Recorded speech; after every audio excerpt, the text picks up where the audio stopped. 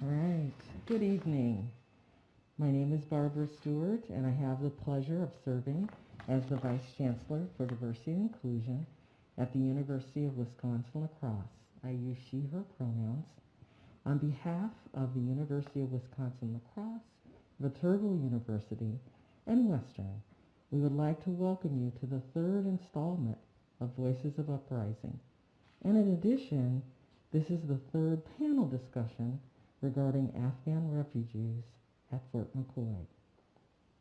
This evening, we will hear from our distinguished panel of experts as they explore the topic of refugees and the 20-year conflict in Afghanistan.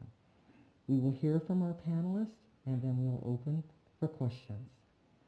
And now, I will ask that Dr. Hippert come forward and begin the formal part of our program.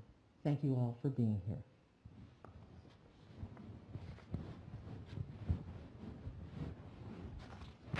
Thank you so much, Dr. Stewart. Oops. Hi, my name is Christine Hippert. Sorry about that. I'm a cultural anthropologist here at University of Wisconsin-La Crosse. I've been here since 2007, and as a cultural anthropologist, I work in Latin America and the Caribbean. I'm delighted to be here today to moderate the discussion about refugees and the 20-year conflict in Afghanistan. Thanks so much for being here, those of you here in the room, as well as those of you at Viterbo, and those of you live streaming with Western Technical College at the Toma campus. So thanks so much for being here. The first thing I'd like to do is I would like to read for us UWL's Indigenous Land Recognition Statement.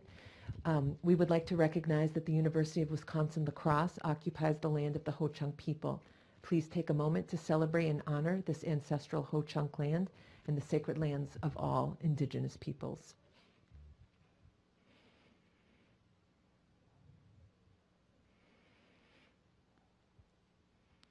Thank you. Before we do our introductions, I want to thank all of the panelists for being here, both here in the room as well as one of our panelists who is zooming in. I'm gonna allow or ask everybody to introduce themselves, please.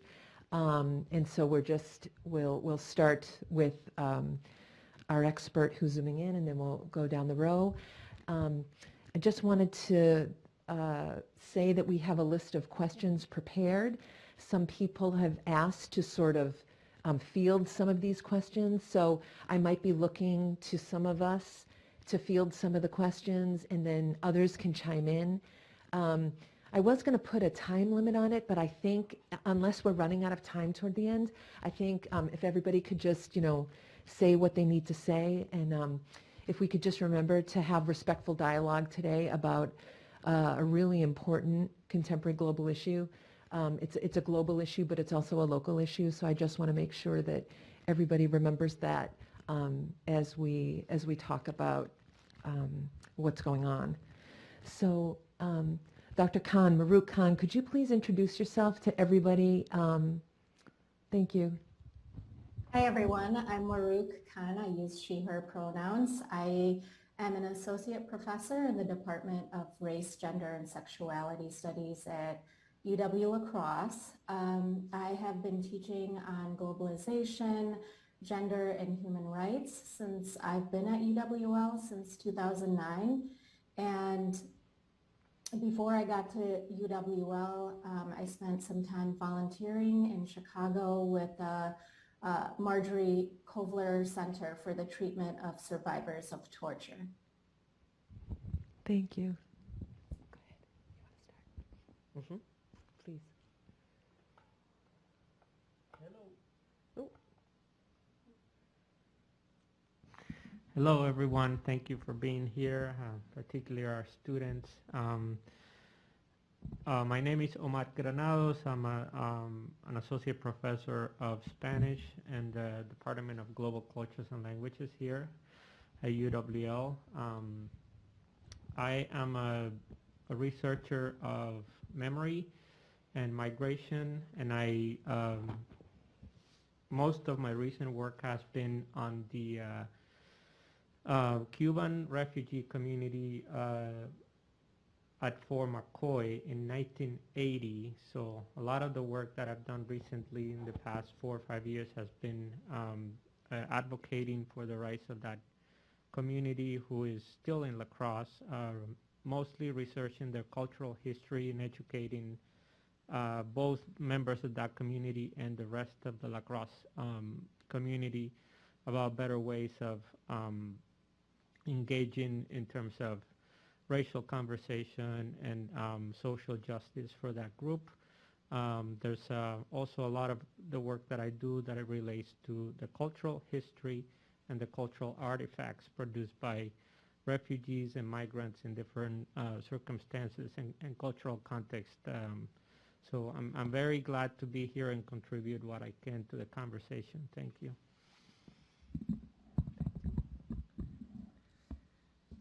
Good evening. My name is Vincent. I am a cultural anthropologist here on this campus in the Department of Archaeology and Anthropology. I've been here since 2006. In terms of the kinds of work that I do teach a class on refugees and transnational communities. So the issues of refugee is something that I have looked at from sort of a multicultural perspective. Okay? Secondly, I am also a product of the refugee of the wars in Vietnam. So my family and I came here as refugees in 1980 when I was 12 years of age. And so one of the reasons why I want to participate tonight is to share with you the experiences of just having gone through those changes and how they impact not only the worldview of individuals, but the worldview of a people. In this case, Afghan, whether you're Afghani or Vietnamese or Laotian or Hmong refugees. And so those changes are similar in terms of the kinds of hurdles and barriers that you have to overcome to make a home in this country for yourself and for your family. And so I would like tonight perhaps share some of those personal experiences from the perspective of a child who has lived through the war in Southeast Asia from the 1960s until 1975.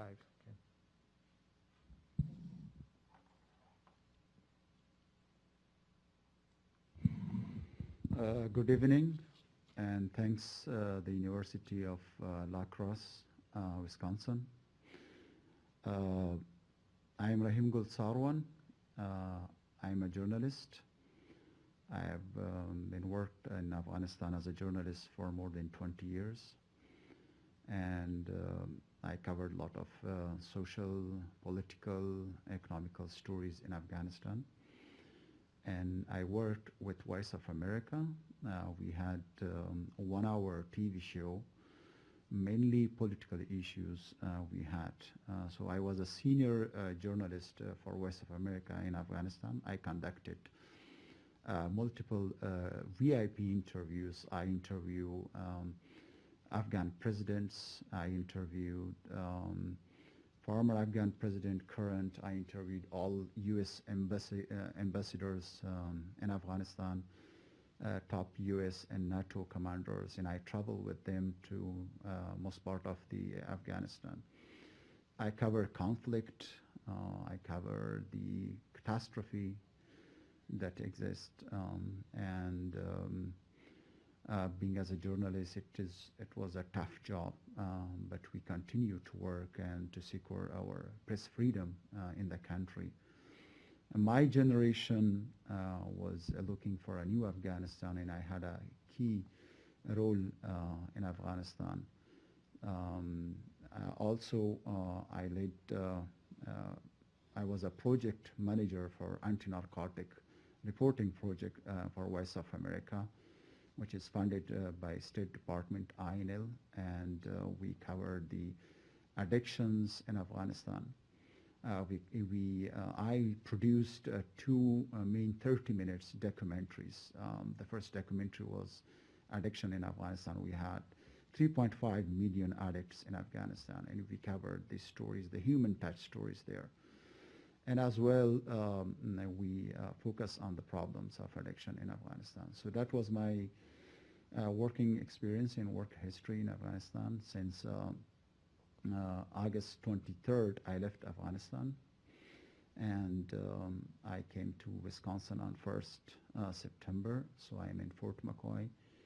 And the good word I heard so far from all my American friends and the people that they call us guest, not refugee.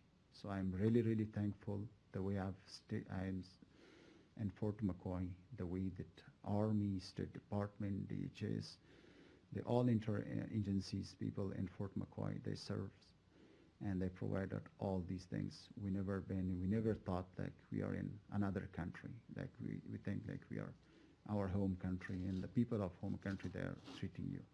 So I'm really glad to have and this to be part of this discussions and whatever any questions that you had. So I hope that I can answer it. Thank you so much.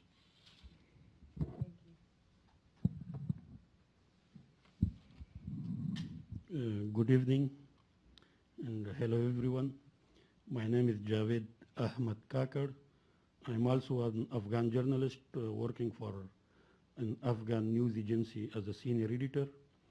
I'm in media since 27 years, and my life started as a refugee during the Russian invasion on Afghanistan.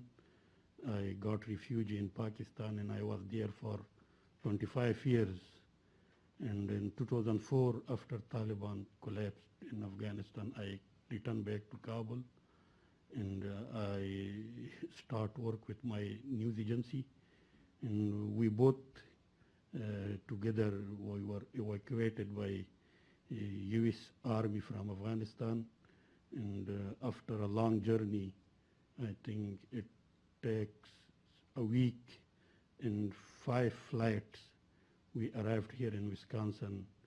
And as my friend said, that we are thankful to the U.S. people that they are not calling us refugee, they're calling us guest. So we are here as a guest, and we both represent our community in the Fort McCoy. We are community leaders there, and we collecting people's advices, recommendation, and their problems, and every day, and sharing with the U.S. captains and army officers, and they're giving us a good response. They are helping a lot, and we are very thankful to them. Thank you. Thanks so much, everybody, and welcome to all of you.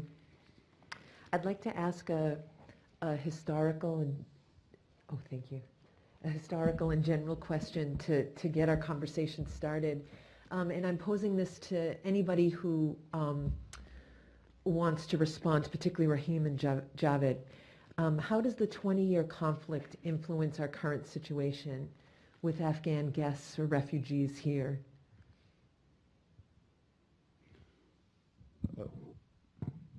Well, back in 2001, since Taliban regime collapsed, there was new hope for Afghanistan, and Afghanistan was looking for a new democracy introduced. The press freedom were there newly emerged, the women rights, human rights, and the constructions started in Afghanistan. And the journey that we had in past 20 years, since 2001 and 2021, that was a huge journey. Afghanistan quite changed, the generation changed.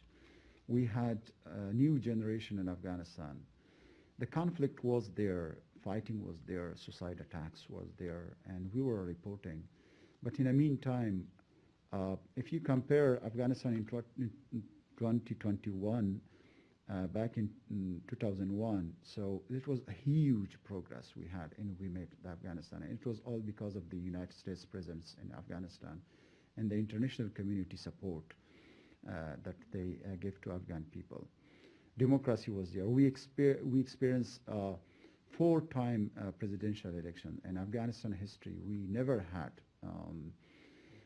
election that people will come out to the polling stations and they vote. But the day that on 15 August, when Taliban entered back into Kabul, so for my generation, that they deserve 20 years with the luxury life and the jobs and the freedom that they got, they have gotten in the 20 years. So it was like a nightmare. It was like somebody was thinking, I'm losing everything, and I'm thinking about that.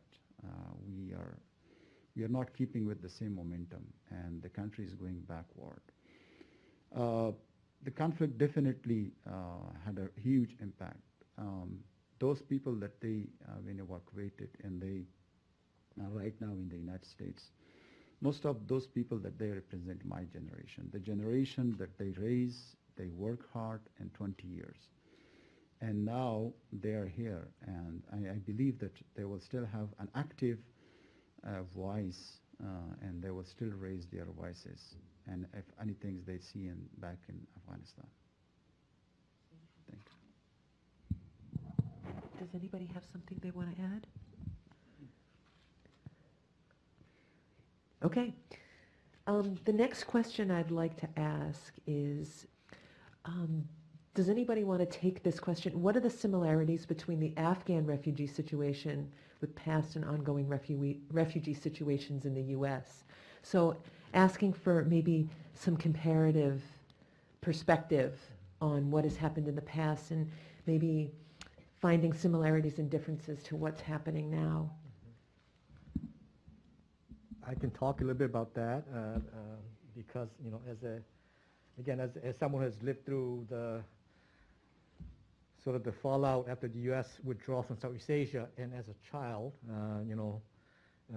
having to live a life on the run before escaping to Thailand and then eventually resettling here, is that what I see, what many Afghanis are going through in trying to find a place of resettlement, is that the evacuation, the movement, or the decision to leave your country is never planned. Okay? It's spontaneous. It is uncertain. Even though you are driven by the need to stay alive, you are never certain about what's going to happen, you know, a few miles down the road, or what would happen the next month or the month after. Okay? So it's all about uncertainties, and that part of it, okay, is a part that sort of change you, and also refocuses you.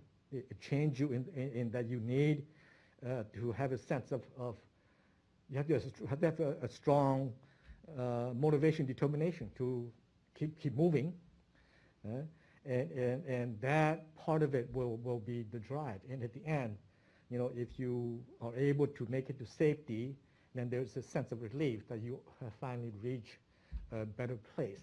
Right? And so I think that what the Afghan refugees are going through, including those who are here and who have settled here, okay, that certainty I think is still there, much like what my family went through in the 1980s. We knew that we were coming to America, but we had no idea where America was.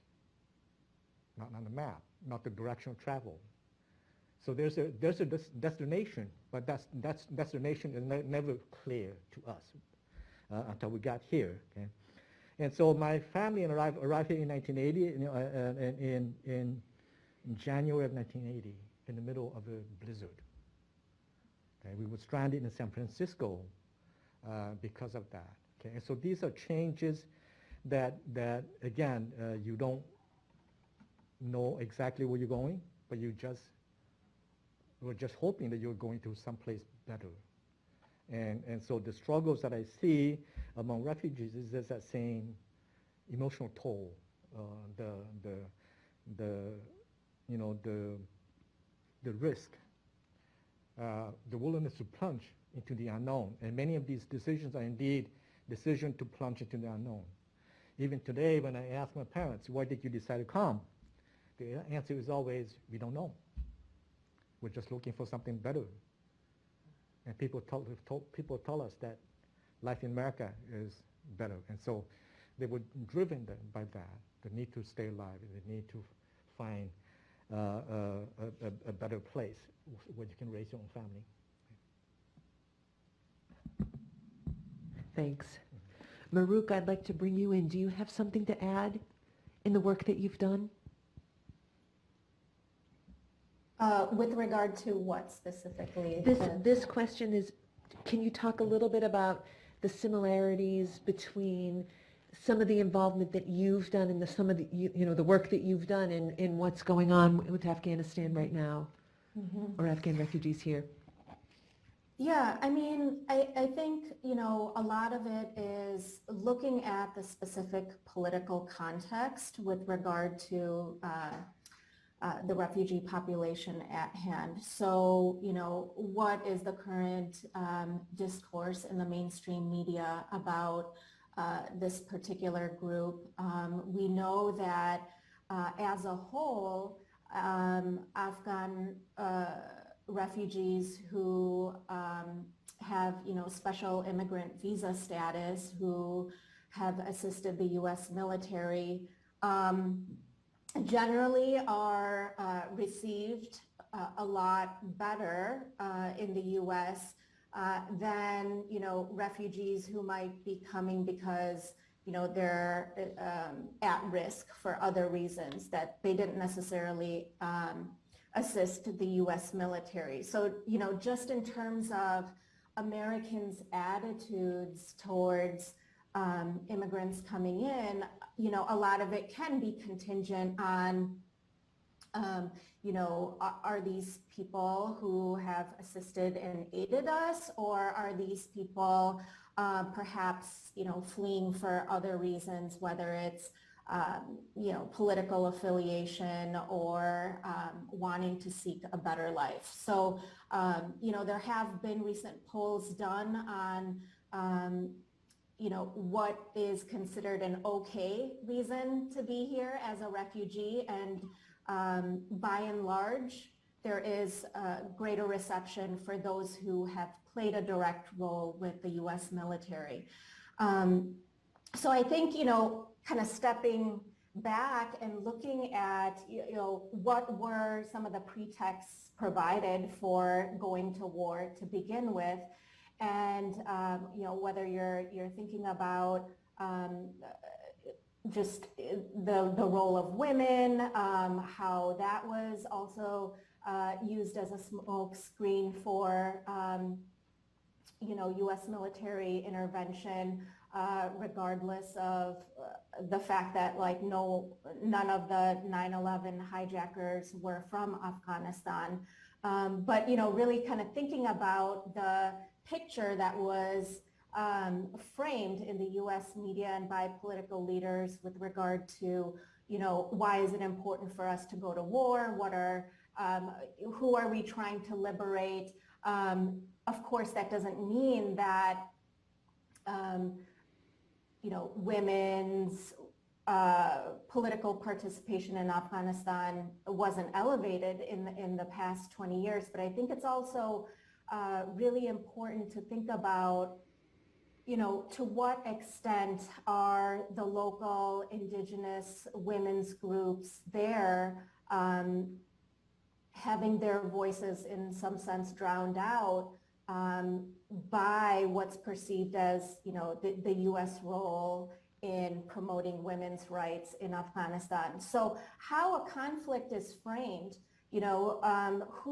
who's considered a desirable immigrant, who's considered undesirable, what are the pretexts that are used to legitimize going into war, and then, how are these military interventions and all of the other ripple effects that come about from it sustained, whether you're talking about the military-industrial complex or you're talking about the associated, nonprofit industrial complex that oftentimes goes hand in hand with,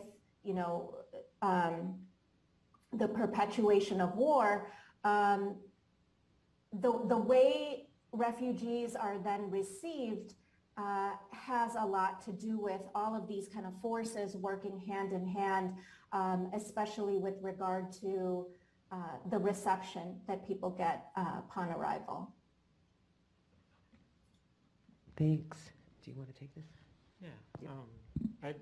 Thank you. Yeah, I completely agree with you and with Vincent. I thinking about the similarities. You know, some of the work that I've done with the Cuban refugee community in La Crosse, in that particular exodus in 1980, 125,000 people coming to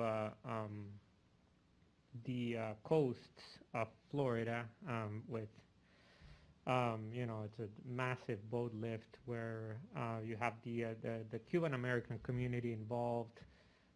There's a conflict, a political conflict that is obviously not expressed in the same visibly militarized way that the conflict from which these refugees are coming to the United States.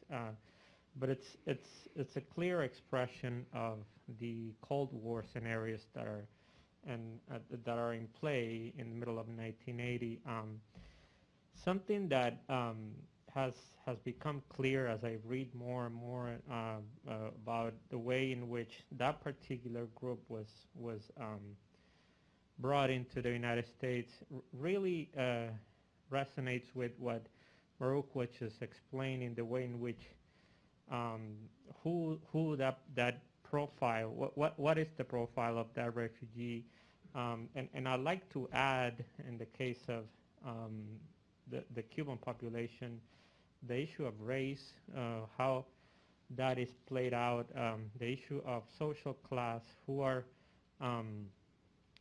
these members, what sectors of society, of Cuban society, they belong to when they were being welcomed into the United States, which doesn't directly relate to the relationship that they could possibly have had with a United States Army personnel, particular office in Cuba, because that wasn't the case. But it does, and this goes back to what Vincent was saying, it does mark the life of a person in a very particular and dramatic way, and there's a lot of difficulty to get out of those stereotypes once you have been casted as a antisocial or scum, which was the case of the part, you know, of the group that I have been researching.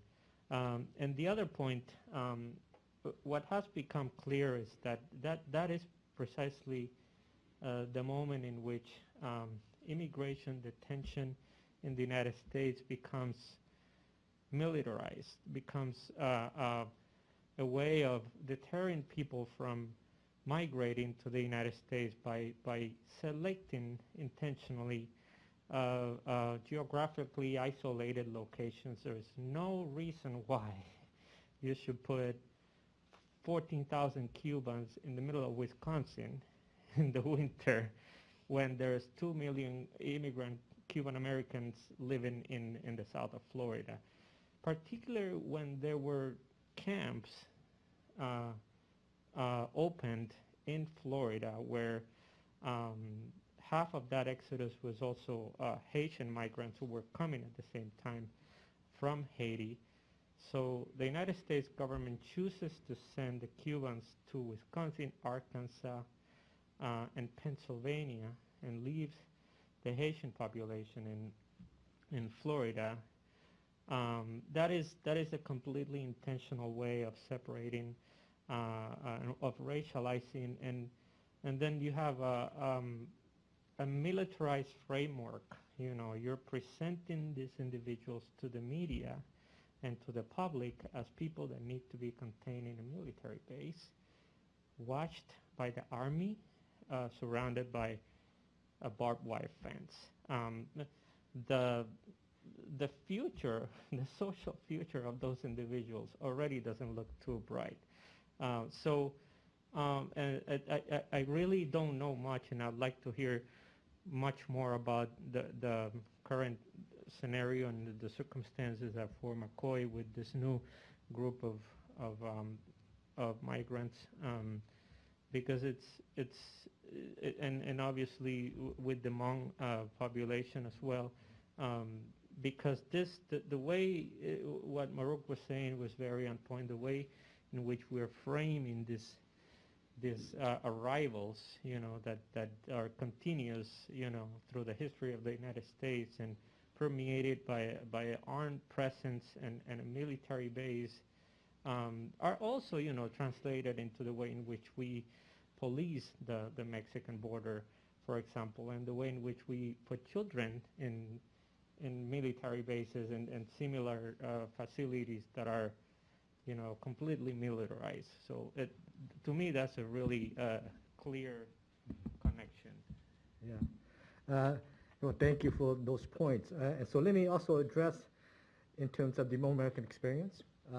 When Hmong refugees began arriving here in December of 1975, this is 3-4 months after the U.S. withdrawal from Laos, and so the first wave were, as Omar says, alluded to, are the wave that are picked up or selected by the Americans for resettlement. So those who are, top-ranking officials, those who are educated, those who were well off. Okay? So they have social connections. And so these first wave came, and then the subsequent waves were those in my family's situation, much poorer, but former soldiers and their families. Okay? And so when we came, there's from 1975 to about 1984, 85-ish, for a period of 10 years, the goal of the U.S. government was to separate Hmong families as far apart as possible.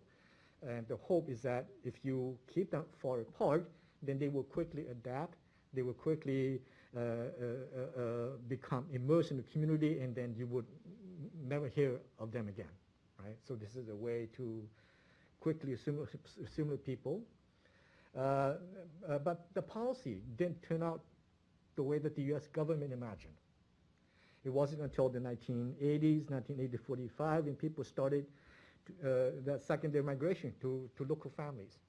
And so this is what drove people to places like St. Paul, Minnesota, Milwaukee, Wisconsin, even La Crosse here, or Sacramento, California. And it wasn't until people got together that they could again regain a sense of who they are. It wasn't until they got together that they could say, well, we can be more Americans. We can't be Americans, but we can be more Americans. And so it was this refashioning, reinventing of who they are. And so if you isolated them, they rather than open up to the community, they isolate themselves. Okay? And they keep to themselves. And then here, neighbors and friends or neighbors would say, well, how come these people are so quiet? They're not like Americans. Or if the family do things differently, then they say, well, these people don't behave like Americans, right? So let me give you an example. In Southeast Asia, right, Hmong Americans, Hmong refugees lived in a tropical climate. They will go out, walk barefoot. Imagine an American seeing a Hmong person walking barefoot out in the snow, right? It's going to be unusual. And these are sources of, as Omar alluded to, sources of stereotypes that often gets built on. And so you create an image of who these people are based on these few incidences. Right?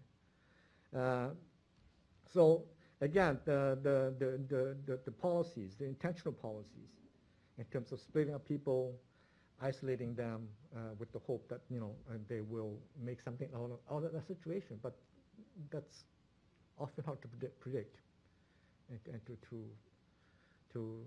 control. Thanks so much. I'd like to direct this question to Javed. What are some of the barriers and hurdles that refugees face upon leaving their countries and arriving to the U.S.? Can you explain your experiences or experiences of people that you know? Yeah, thank you very much.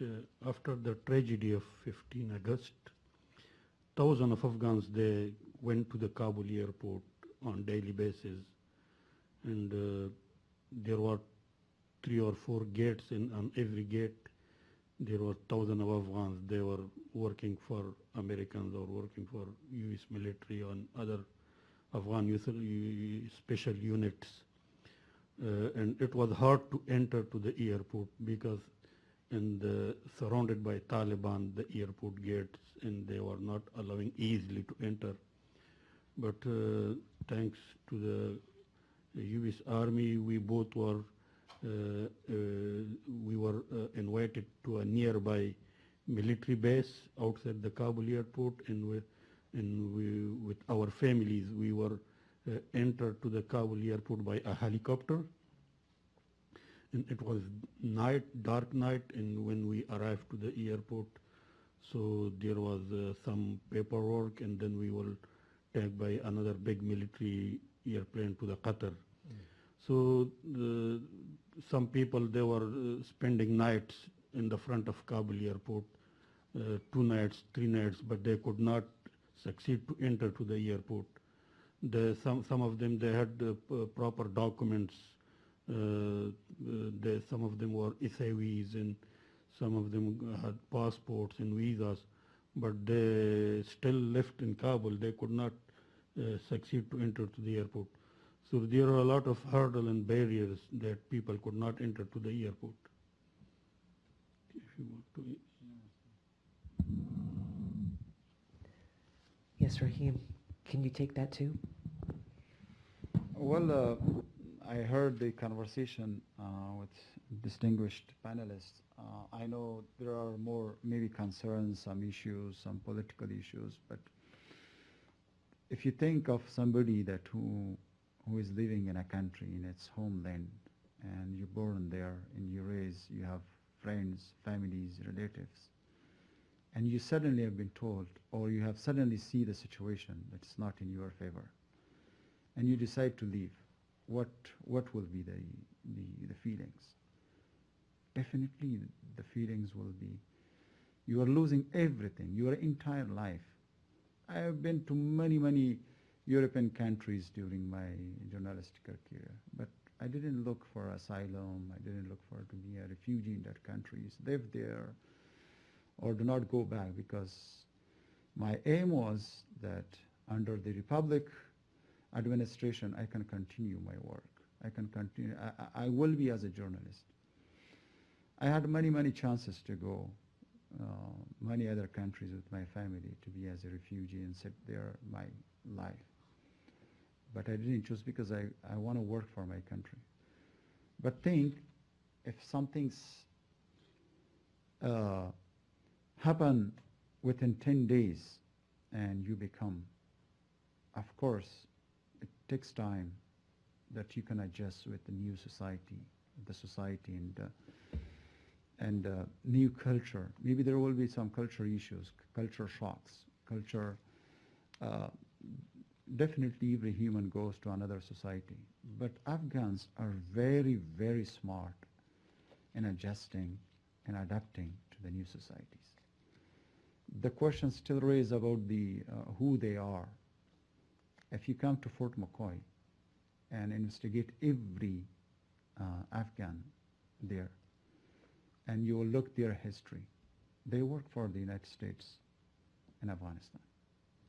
Most of them, they have special immigrant visas. They were there in final stages to come to the United States. And after long procedures. In my case, journalists, we had no freedom, press freedom in Afghanistan. You know the group, if you watch one day the Afghan social media, you will recognize what kind of group right now. And that's the reason people are leaving the country. I mean, leaving the country is not an easy thing. For me, it was not an easy to leave. I left my entire family, my home, my room. Even I have no jacket to bring with me myself. Is it easy? No.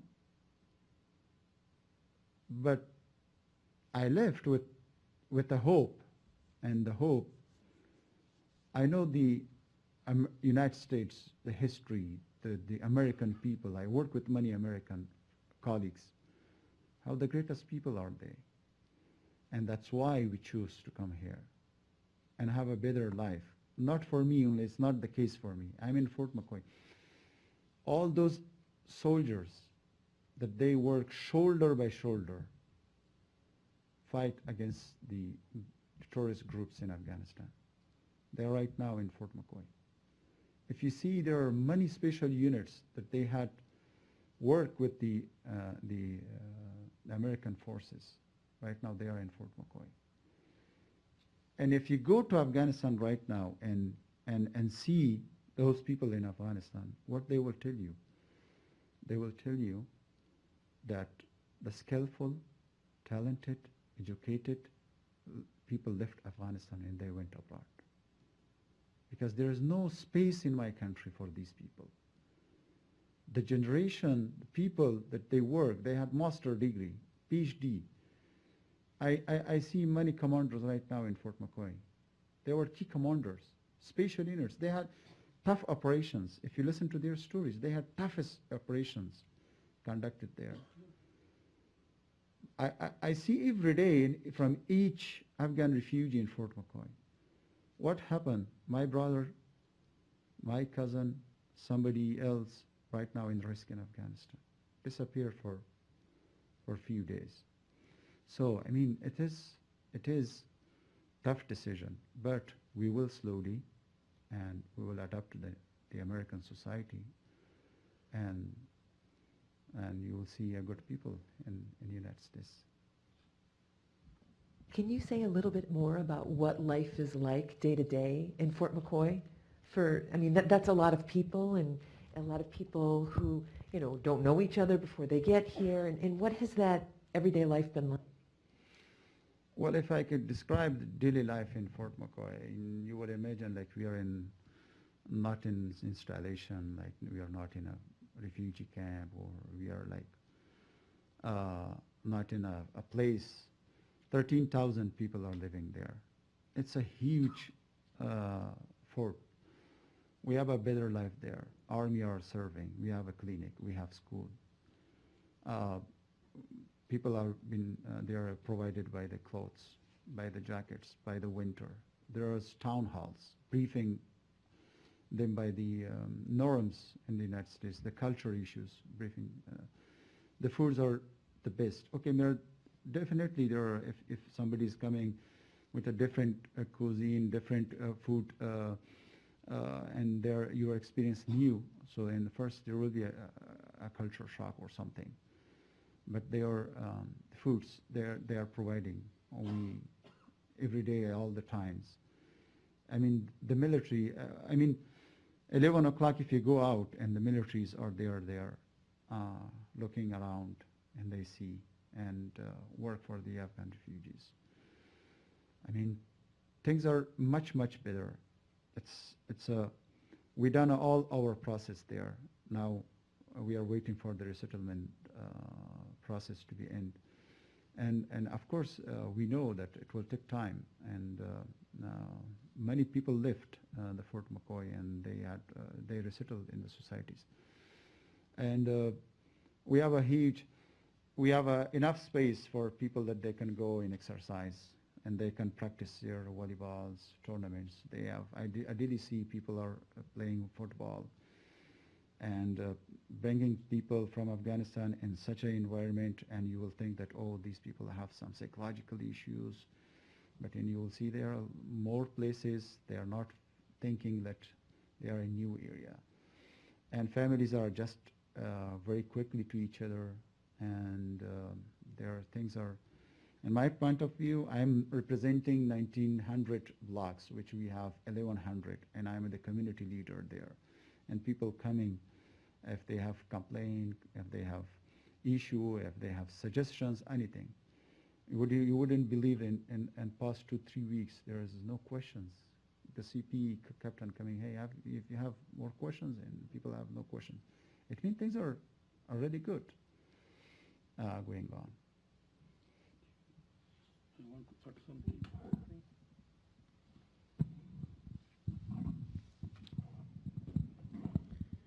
Thank you, my colleague, friend. He said a lot of about Fort McKay. You know, as he said, around 13,000 Afghans are living there. One day I was talking to my wife there that she said when we leave here, we will be in a city or in a town, there will be no much Afghans. So at Fort McKay, we are like our own village in Afghanistan. We are living together, so there is no problem. And as he said, all facilities provided. And there was like a joking that some Afghan was not eating shrimp. Because they didn't eat it in Afghanistan, and they don't, what is this shrimp? Okay. So a lot of changes in the beginning. There was, you know, the difference between food culture of Afghanistan and United States. So the Afghans, they really like kebab and pulao, when they are eating something like salty and spicy. But now it has changed a lot, and now people are very happy about the food. And recently they start bus service inside the Fort McKay.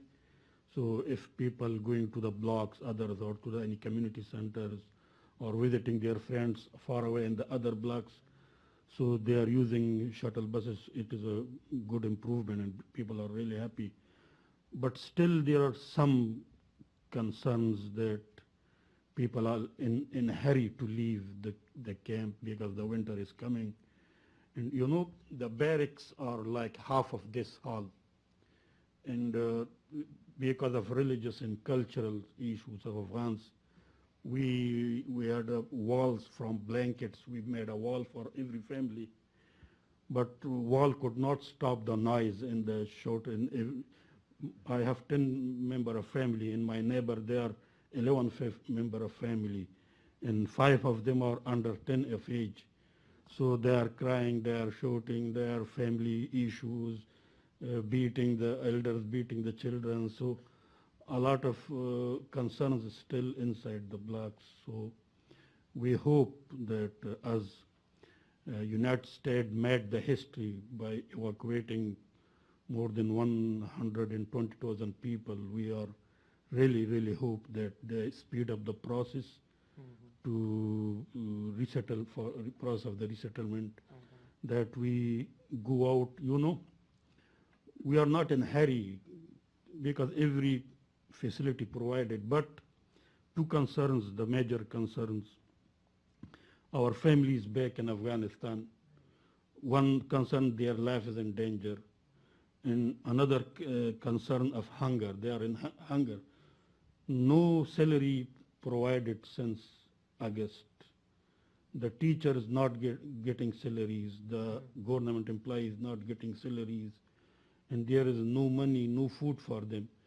So the Afghans, they are in Fort McKay. They want, and we both are the community leaders in our barracks. So the people are telling us that please convey our message to them that we want to go out and we want to start working and to get some money and send the money to our families back in Afghanistan, that they can find some foods on daily life things for their life. Thank you. And if I could, I Yes, can't, go ahead. I can't see anyone, but you know, I can't speak to what's happening at Fort McCoy right now, and you know, what folks are articulating with regard to their experiences. But I can speak more generally with regard to needs of, you know, folks in similar situations. You know, thinking also about just the layers of trauma that people have endured.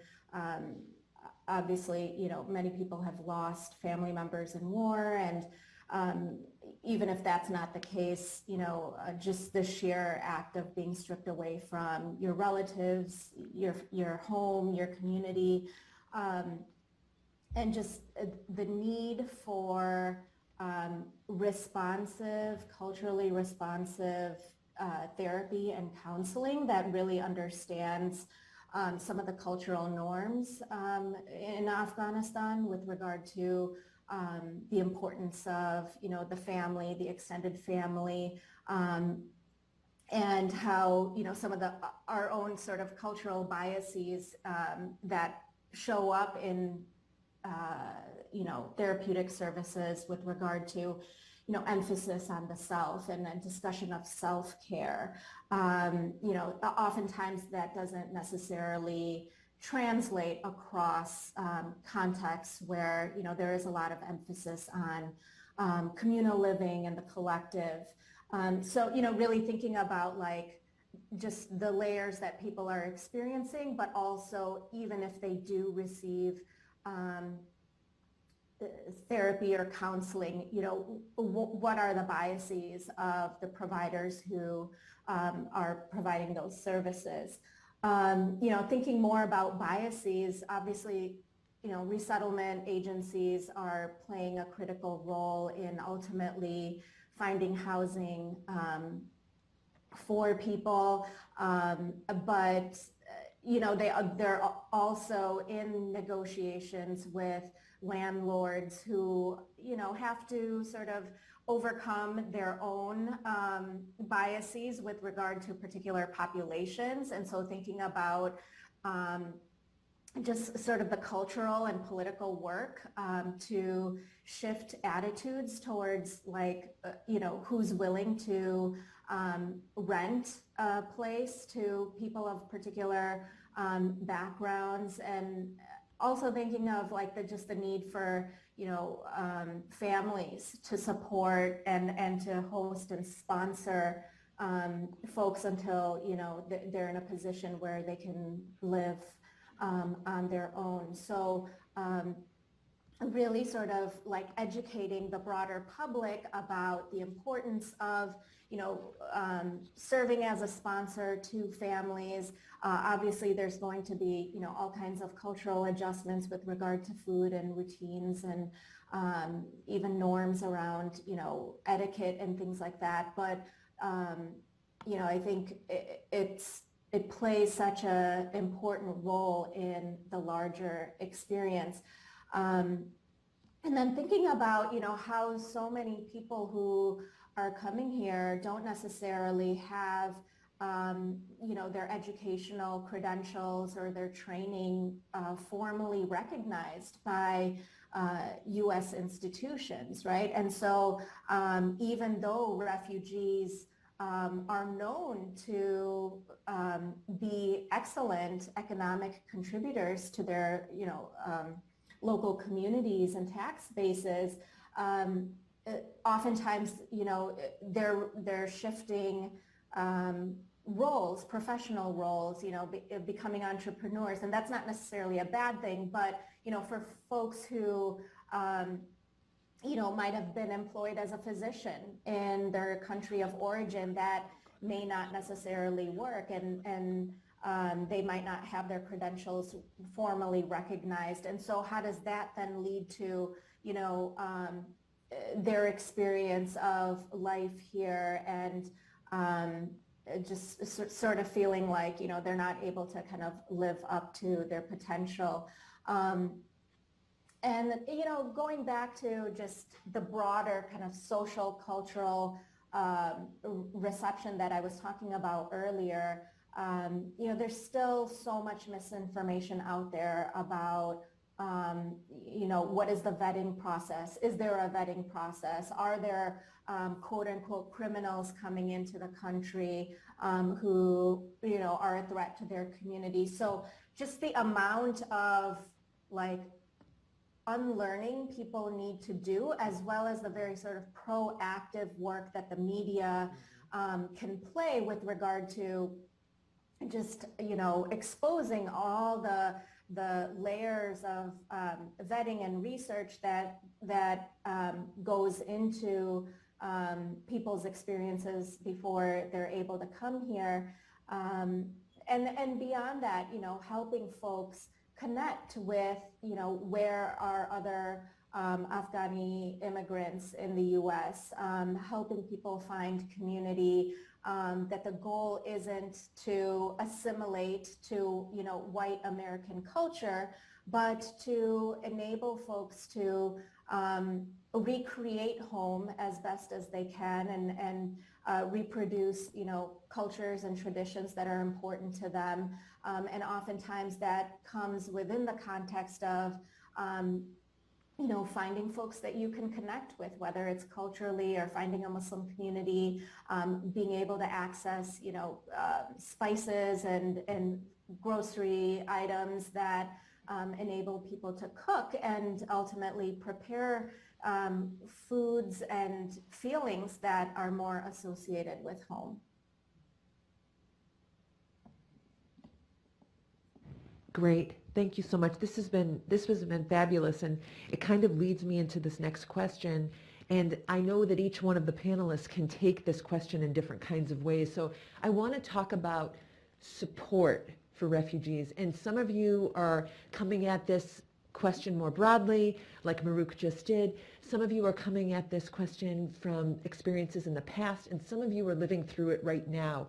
So I'm wondering if each of you can sort of think about whether your experiences now or the experiences in the past, can you talk a little bit about what you're learning or what was learned to help support refugees better, more fully, more holistically, more culturally responsively, any of the above, but thinking about providing support in ways that is either helpful that you've experienced or things that can be improved upon? I can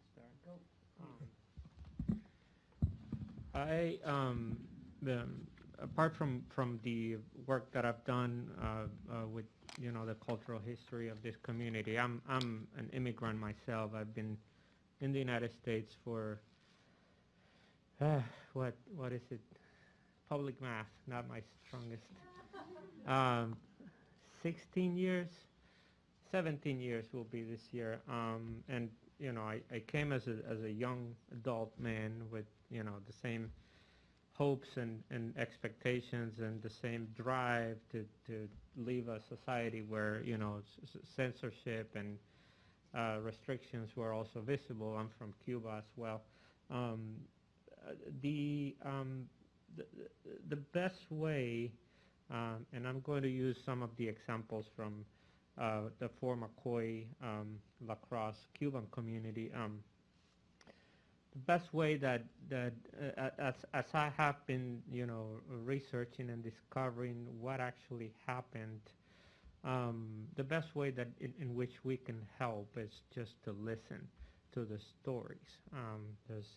There's as Mahruq was just saying, there is always this impulse to help, to get them food and get a person a place to live. But when you go back and you think about the way in which things were just simply not explained truly, where there wasn't an interpreter present at the time of explaining an immigration process, or the way in which a law as simple as don't get in a fight at a bar with somebody, became then a life of crime for somebody who just didn't have a parole officer that spoke Spanish, or beyond the lack of resources, the best thing that we can do for any refugee or migrant is to listen to their story, to validate that story, to allow their cultural narrative to exist,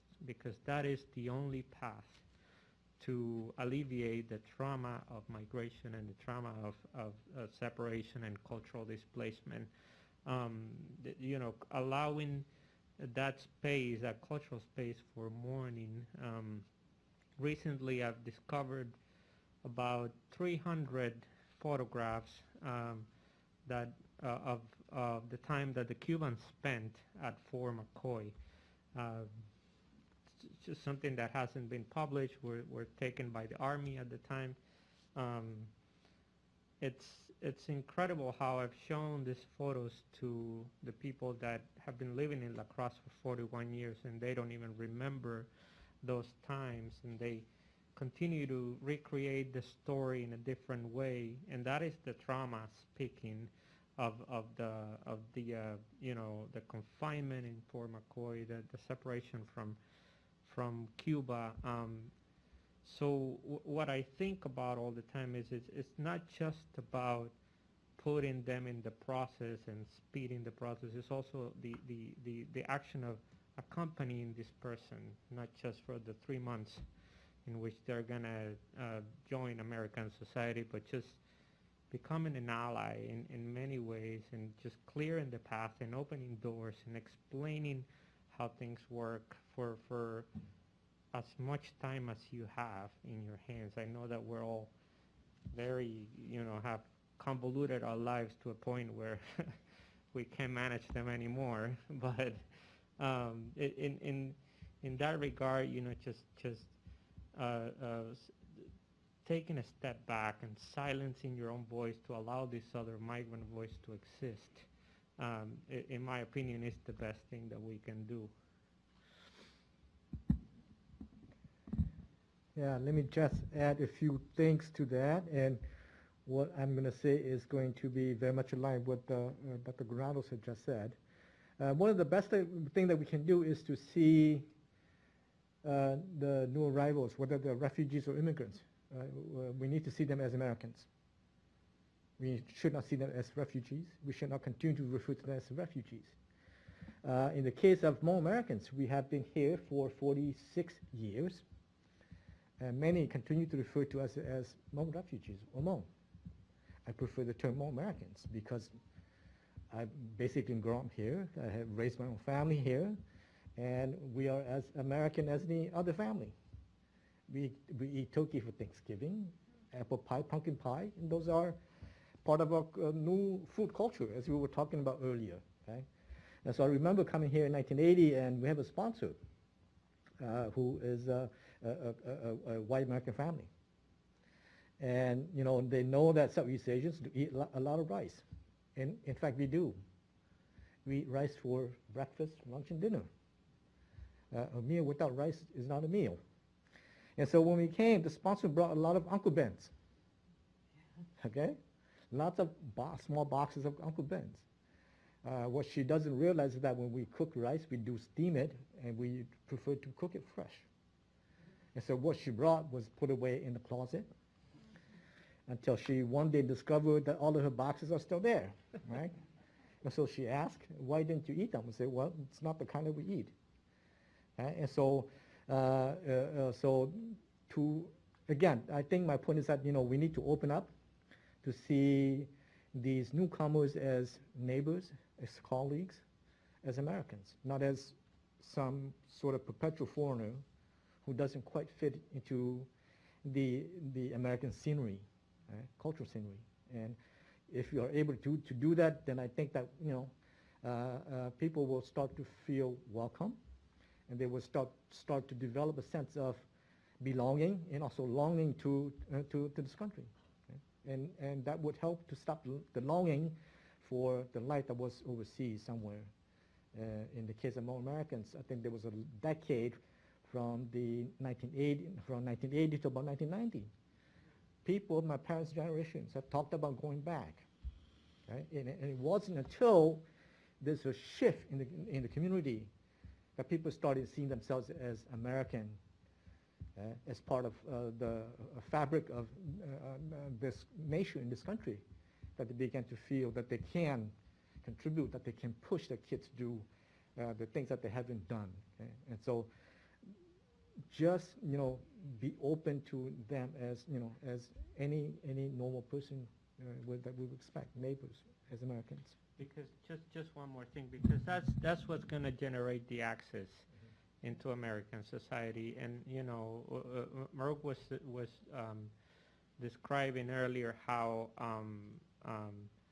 you know, these are folk that are you know, like any migrant, like the people that stay are not, you know, the people that take the risk are the smart people.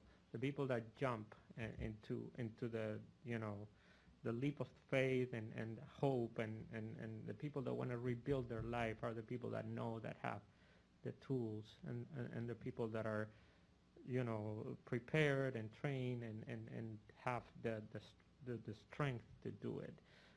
So yes, they're qualified and they're educated, but we need to be able to allow the access,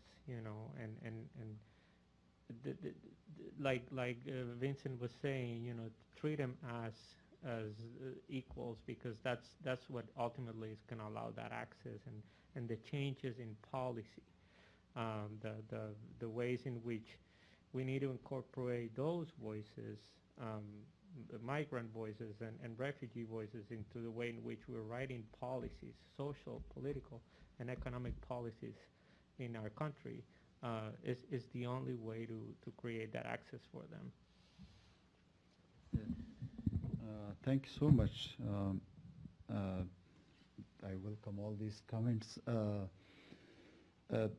Back in, I will give you the experience that I had from Fort McCoy.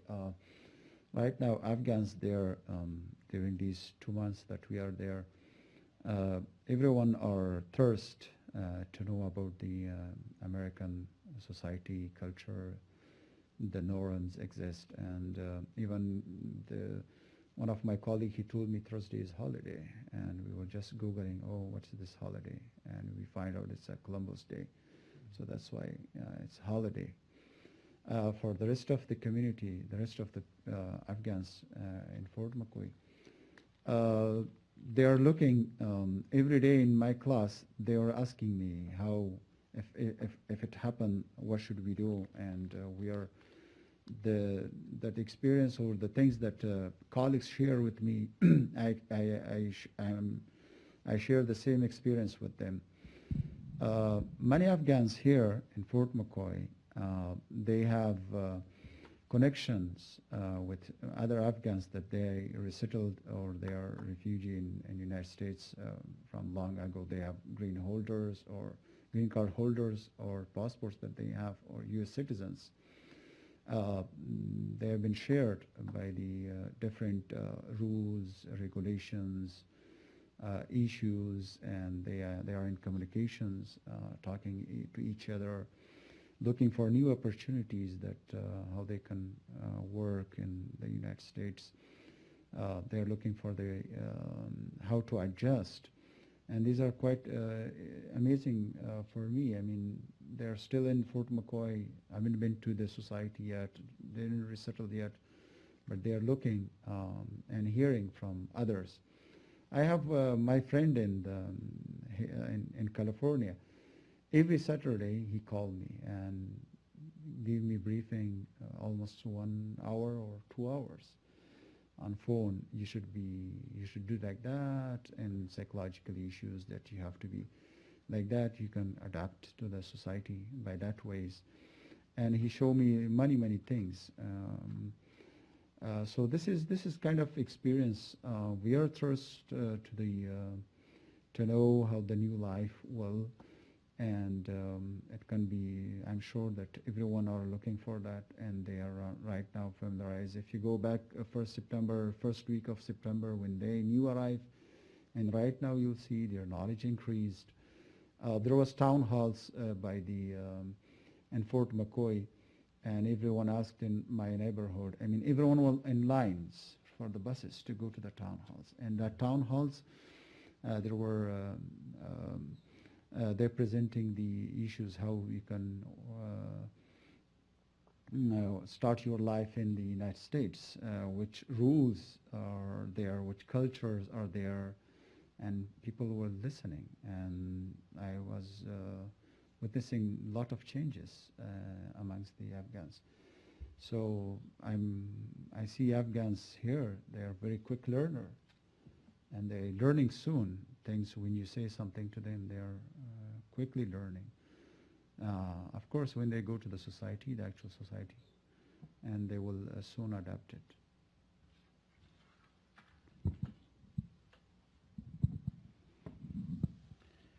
Thank you. According to your question that how to support these Afghans, uh, you know, these all Afghans came here. We are parolees, and there are some process for asylum or some have SIVs. So we want that this process to be speed up so they can merge in the society and go out and start their life. You know, our sons and our kids, they are out of school since 5 months. So they are eager to go to school and to learn something. One of our friend, he was back a mayor in Afghanistan. He was graduated from university. He left the Fort McKay, I think it is 2 weeks back. And yeah, first week October. And whenever we are calling him, he called me, sir, there is no problem. Every facility is provided, and people are really lovely. Everyone is coming to my home, bringing something. And however, he had a good life in Afghanistan, and he was mayor. But now he's working in a warehouse, and he's getting $12 per hour. But he's happy. He says that we are really eager to work. And we all, we are eager to go out to the communities and start working our children to go schools, and we want to be great and proud Americans. Thank you. Mahruq, would you like to add anything? Sure. Great. Yeah, my fellow panelists have said a lot, but just to add on, you know, really thinking about what does it mean to be in solidarity at the, you know, individual level, at the institutional level, recognizing that, you know, these relationships that we're establishing are not just like, you know, unilateral. That everyone who is coming here from Afghanistan has a lot to contribute to the society. We have a lot to learn from, you know, people's experiences, people's skills, people's talents. And so, you know, going back to some of the earlier points about not necessarily just seeing it as what can I do for you, but how can I amplify your voice? How can I, you know, facilitate what you can contribute to society? You know, so thinking about, like, you know, for those of us who are connected to different industries, how can we use our networks to help people, you know, realize their full potential and make contributions and exercise the talents that, you know, they have and that they can, you know, share with everyone else. So you're thinking about, like, assistance with job placement, assistance with introducing folks to the people that we know in our different, you know, professional circles. If you have, you know, technical skills, how can you use that to facilitate people's connections with their families overseas, or helping people, you know, put their profile on LinkedIn, or, you know, just enabling people to connect with these different resources so that they can then be in a position to give all that they have to offer. And, you know, going back to the comment about, you know, children being so eager to go to school, to what extent are teachers being trained and equipped to really, you know how to respond to a diverse classroom, to know how to elevate the stories of these children and the families that have experienced a lot. And it's not always just the sad or traumatic experiences, but it's about, you know, what are the incredibly rich things that from Afghanistani, culture that these children, have been raised with, and how can teachers and those in more power, administrators, do a better job to elevate these stories, into the curriculum, to teach on Afghan writers, and have children and students in general see themselves reflected in the curriculum, and not necessarily, putting the burden on any one individual to, teach us about your culture. Some people may want to do that, but really thinking about how people can take whatever role they have in society, whether it's, being someone's neighbor or using your own professional expertise to really amplify the contributions of Afghans in this society. Thank you. I have one last question that I'd like to ask everybody on the panel before we open it up for questions from the audience, both here in person as well as in the virtual world. The last question I want to ask is, what is the one thing that you want the La Crosse community to know about refugees, the crisis, coming here, any of the above? So what's the one thing that you want us to know about the experiences that you're bringing to the table today? Let me let me go first, perhaps. Well, I think all of us believe that this is a nation of immigrants, right? And so if you could just live up to that principle, embrace our differences, how can we create a better we in the society? And I think that will go a long ways towards breaking down cultural barriers, breaking down cultural misunderstandings, and breaking down differences and bringing people together. So conversation like this tonight, I think is helpful. Conversation like this in the community will also be helpful. Conversations like this in each of our classrooms are also helpful in terms of how we think about this. There's often a mismatch between many of the high aspirations of this country and how we often ignore those aspirations. And the minute we ignore them is the minute that we lose touch of our own selves. And also, that's the minute that we also see our neighbors as different, as distinct, as not as American as we are. So that is just sort of the message that I want to leave.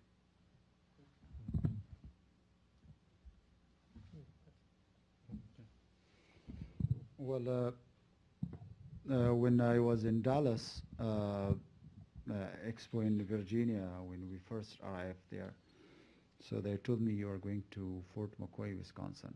Okay. So the name was, for me, very new. I haven't heard Wisconsin. And I came to Wisconsin. The weather was very lovely, and there was back messages for me that, how is Wisconsin? I said, it is very lovely weather, I like it. Mm-hmm. There was people in the United States that my friends, they are messaging me still that it's very cold there, how you love that weather. I said, I love it. Mm-hmm. When I heard the message from colleagues that you are coming to the La Crosse University, and it was amazing experience, how the great people, the university, that they are looking for our stories that we share with them. So we were in tough time, and we are here. We are lucky people, and the way that we support it, we are really thankful for all. And the message that we will have a really better life, and we will contribute in the society in the United States of America. Thank you.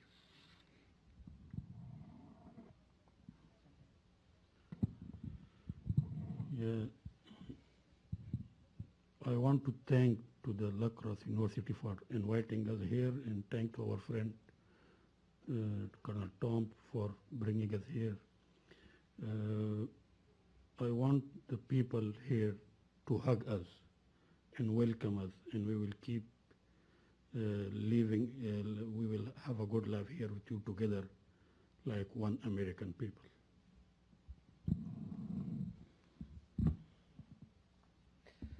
I guess my message is bring yourselves down to the most basic level of human. You know, you are a human being, and you're nothing but fortunate to be living through this time and to be given the opportunity to help another human. And you know, be grateful for what you have and share it with those who are in need, because we're nothing but human, and today it might be a refugee, tomorrow might be you. So that's my message. Mahruq, can you leave us with some last thoughts? No pressure. Yep. I don't have really anything else profound to say beyond what my colleagues have already said, but I guess just at a very basic level, you know, just get to know your neighbors, right? And, you know, so much of this is about conversations and dialogues and dispelling myths and stereotypes and realizing how much we have to learn and gain from one another. Yeah, I mean, it can be very easy, you know, to sort of socialize within our own circles and silos. But I think, you know, La Crosse is diversifying, Wisconsin is slowly diversifying, and I think these initial experiences that folks new to the Wisconsin area are encountering are so critical, and you know, it requires a real concerted effort on the part of folks who are local to extend themselves and also understand that we all have a lot to learn from one another. That's a great place to stop. And I'd like to open the floor to anybody who has any questions.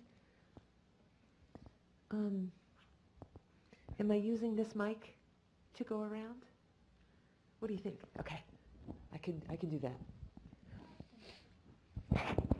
I don't know if I can do the questions at home though. Yeah, okay, good. Thanks. Yeah, I don't know what happened to it.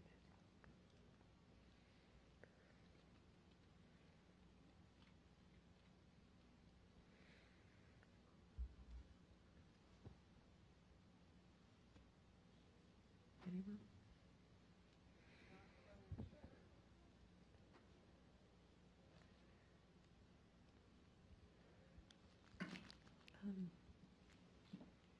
I wonder if, Margaret, I wonder if you pull up the chat.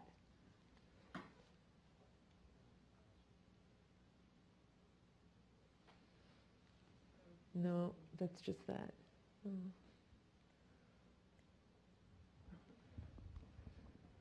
Anyone? Yes.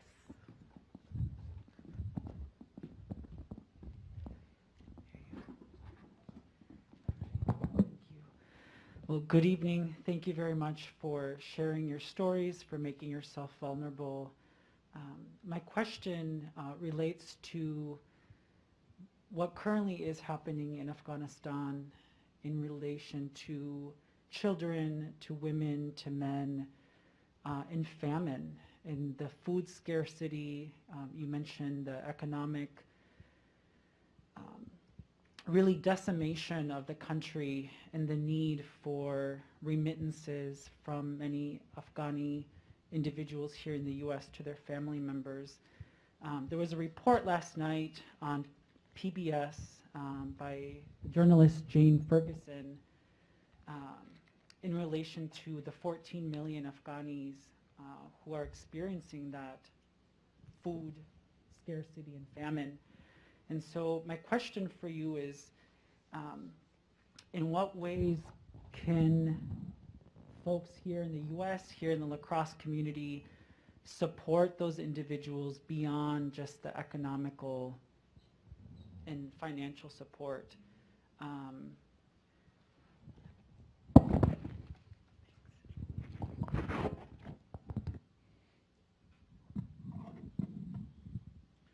Yeah, thank you for your question. As you know, we are also in contact with our families back in Afghanistan. We also reading the news. Yes, exactly 14 million people are facing hunger. And as I mentioned before, since 5 months, no salaries for the teachers, for the government employees. And people are facing financial crisis and food crisis. And my relatives, when I'm asking about them or calling them, they are telling me that no money in home, no salaries. And in different parts of Afghanistan, now the teachers, they say there we are not anymore going to schools and to teach the children because there is no salary. So huge problems are there, and as I mentioned before that our families back and relatives in Afghanistan, they need our support and financial support. So whenever we go to our own homes in America and to settle, we will start working and we will start sending them money that they can solve their problems.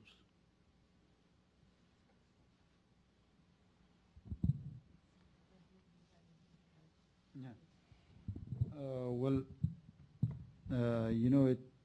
we had a system the international community supported in 20 years Afghanistan, and it was more dependent on the international community financial support.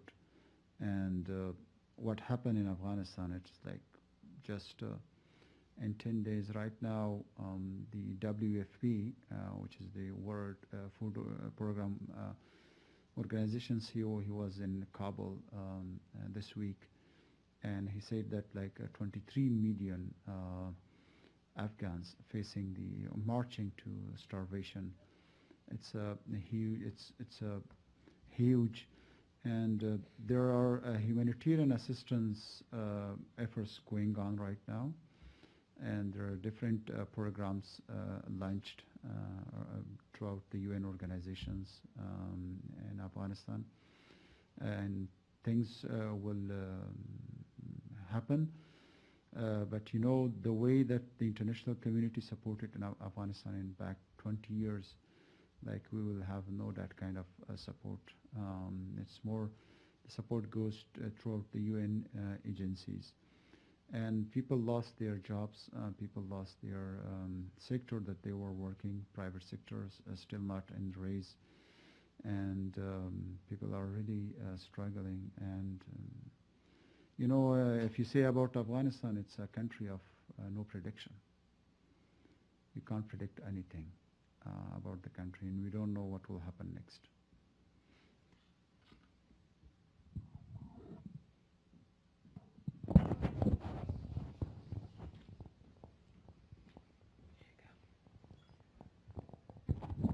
All right, this question comes from online from a Carl. It's directed to Dr. Khan. Earlier, you discussed how refugees are received depends on the relationship with the military. How might people in the United States meeting these people in a community know the reasons someone immigrated? And let me know if you want me to repeat the question, Dr. Khan. Well, I was referring to a poll that explicitly asked people, would you welcome someone if they were not directly associated with the U.S. military? So that was in the context of a poll that explicitly asked about that. Does that clarify? It was an online question, so. Okay. Would you all like to answer that, or do you want me to repeat the question? The question? Sure. Earlier, it was discussed how refugees are received depends on their relationship with the military. How might people in the United States meeting these people in a community know the reasons someone immigrated?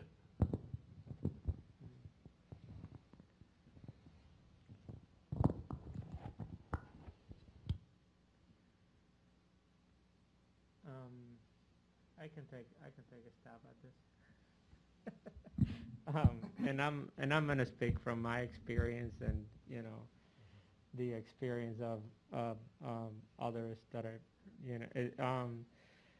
there's this thing that happens when you're an immigrant, that people just feel the right to know why you migrated, or when or how, and under what circumstances, and get to know your neighbor first. Simply, there is so much trauma and so much, and I talk about this in my classes all the time. I just had this conversation with my students.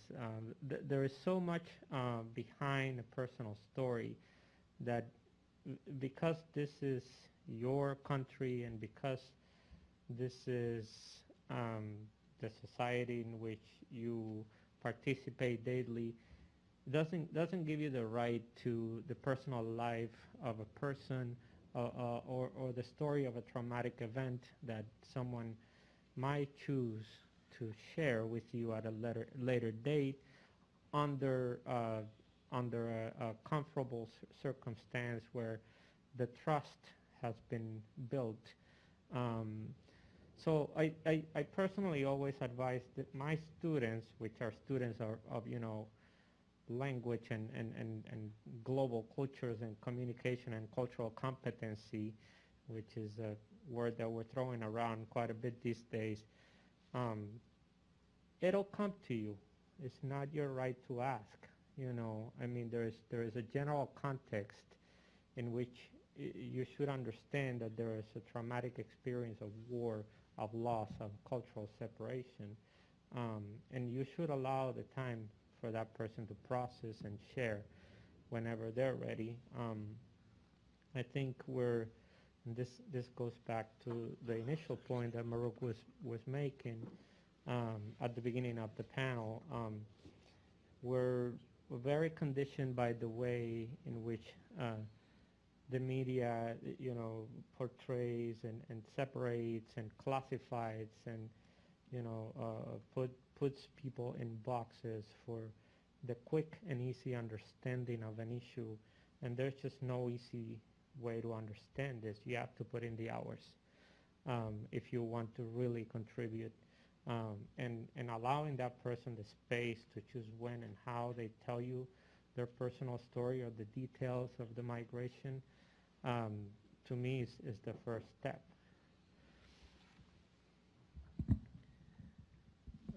Let me add something to that too. And this is a difficult question to get at the heart of it, and largely because American involvement abroad doesn't always get into the purview of the classrooms. So whatever happens overseas, we are not taught about it growing up. So I can give you an example. We do hear a lot about the Vietnam War, right? But we often don't hear about the secret war in Laos that was taking place way before the Americans started the Vietnam War in 1964. And so part of this because that secret war was intended to be clandestine, so the American public doesn't know about it, and therefore it is capped off the history books. And because these events also unfolded in Southeast Asia, it is very far from the minds of many Americans. And so it is this lack of understanding about what happened in Southeast Asia, in my case, that leads to the questions that are being asked. Okay? And it is a good starting point in that we can then perhaps use this, or questions like this, to start conversation that would eventually lead to what Omar has said, better connections, better understanding, collective reflection on what it is that makes all of us, Americans nowadays.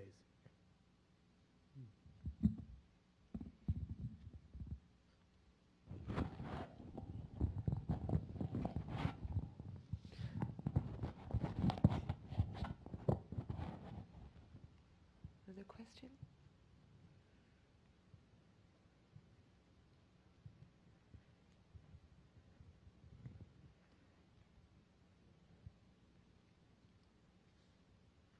No. Great. Good afternoon, good evening. This is an anthropology question. Can the Taliban change in 21 years their way of thinking, and is there hope for them that they will be enlightened?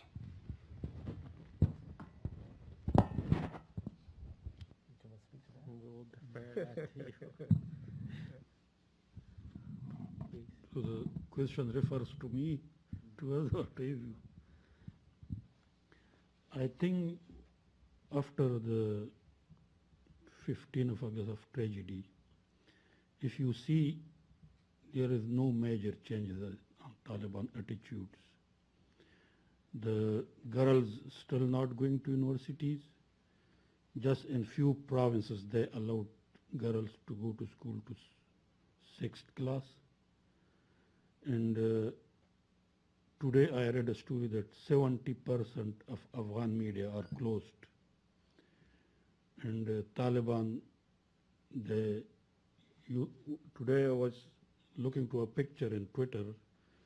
A Talib official is interviewing a television, and 4 bodyguards was standing around him. So it is not a free media or free press. And they are started targeted killings of Afghan officers, soldiers, their family members, some of government employees by the name of ISIS or just their enemies. There was an Afghan PhD doctor and who was lecturer in university. He wrote in his Facebook that I was going to mosque from my home, and Taliban start searching his body and insulting him. So my friend was asking that the Afghans came here as a refugee by supporting the military. Talib insults every Afghan who lived in 20 years in Afghanistan under the government flag. Every Afghan, a teacher, a government employee, he got salary. The Taliban says this money comes from United States, and you are a slave of United States.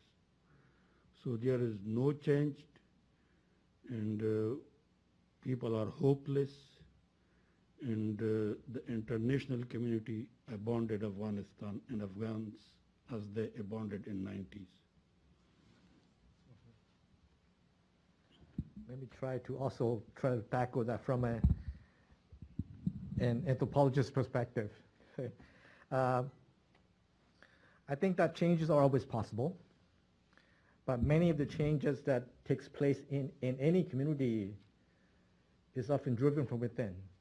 So I think it depends on where they want to take the country, what their hopes are for the future of the younger generation. And so there is going to be a lot of push and pull.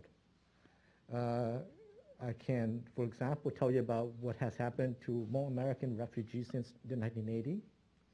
A lot of changes taken place. The worldview has changed quite dramatically within the last 20 years or so, largely because a new core of leaders are rising. And it is these younger people, more progressive thinking individuals that are driving the conversations. And so for any change to take place, whether here or Afghanistan or in Southeast Asia, I think that there has to be some yearning for change that takes place from within. And it is those conversations that will help to whether you accept outside influences into those decisions or not. Right? But I'm always hopeful that people can change, and cultures do change all the time for the better.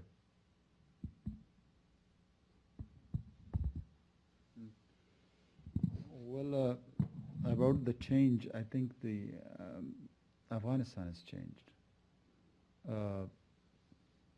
Right now we see this is like 3 months, and whatever they are doing, anything, so people are there to criticize them and have questions and concerns. And past we had no that kind of society. And women are protesting for their own rights. Girls are protesting for their schools, to go to schools. If they are abandoned, and society are there to raise their voices. And there are more Afghans, they are very active in social media, and Twitter and Facebook. Whatever they see anything, so they are filming on their cell phones and come up and spreading their videos in social media. You'll see every day or at least twice, 3 times in a week some things that people do not like spreading in the social media and different platforms. And Twitter, there are many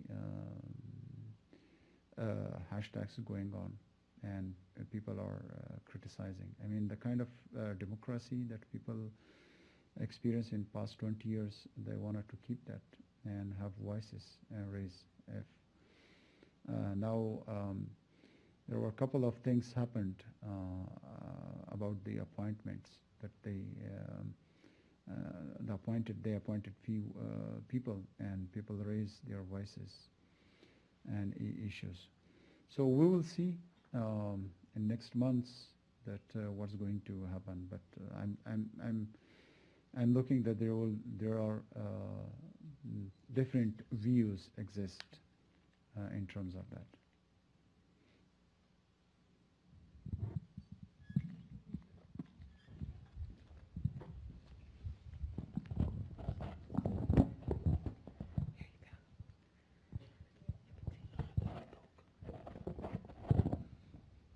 Okay, thank you for being here tonight, especially at night when it's almost 8, so I'm sure that you all are feeling it as well. So thank you.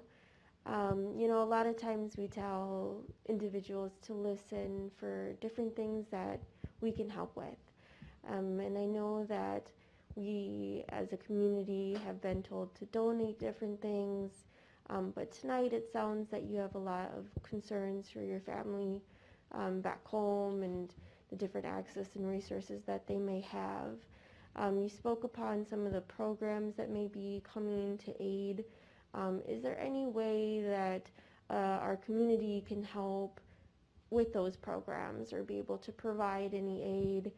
I know a lot of my family immigrated here, and so when we got here, my family was able to send money back home, and that was a blessing for us. And so if there's any way of any information that you can share with us today where we can help assist that, if able and possible, that would be awesome. Thank you.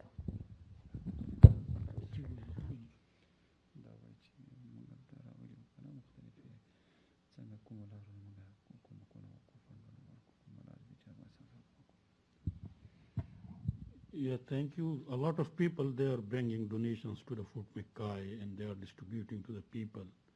So if you contact with concerned people, they will tell you how to do the donations. To Afghanistan, I think nowadays it is a little bit difficult.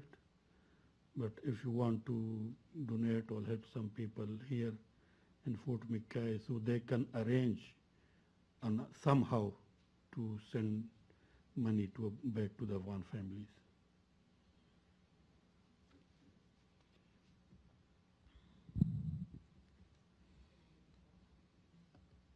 there any other questions?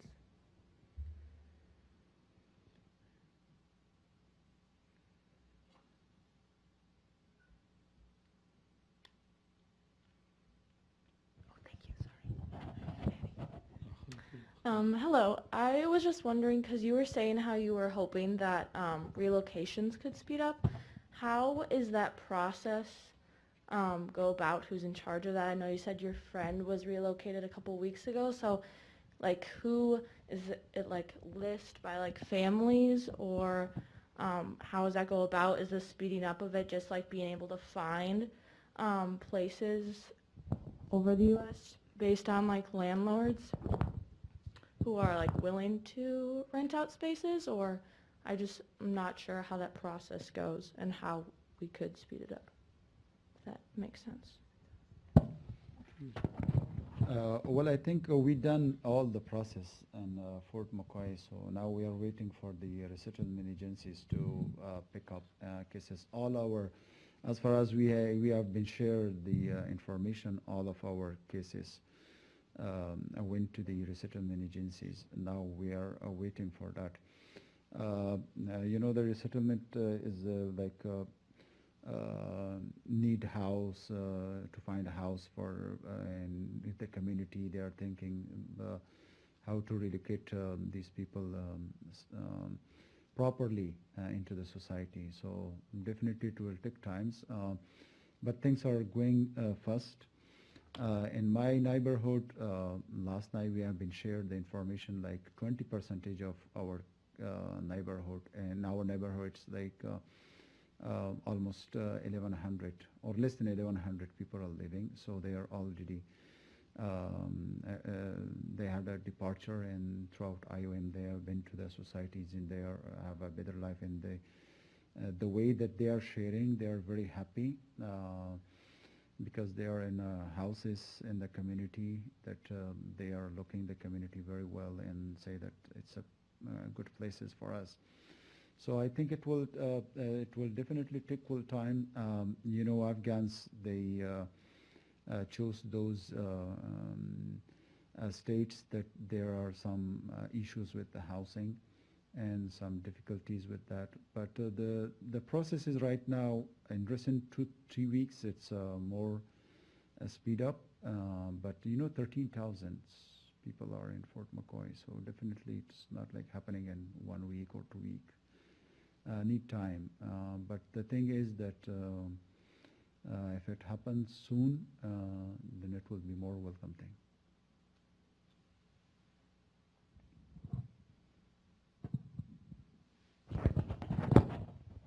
Do any of the panelists have anything that they want to add, or any last words?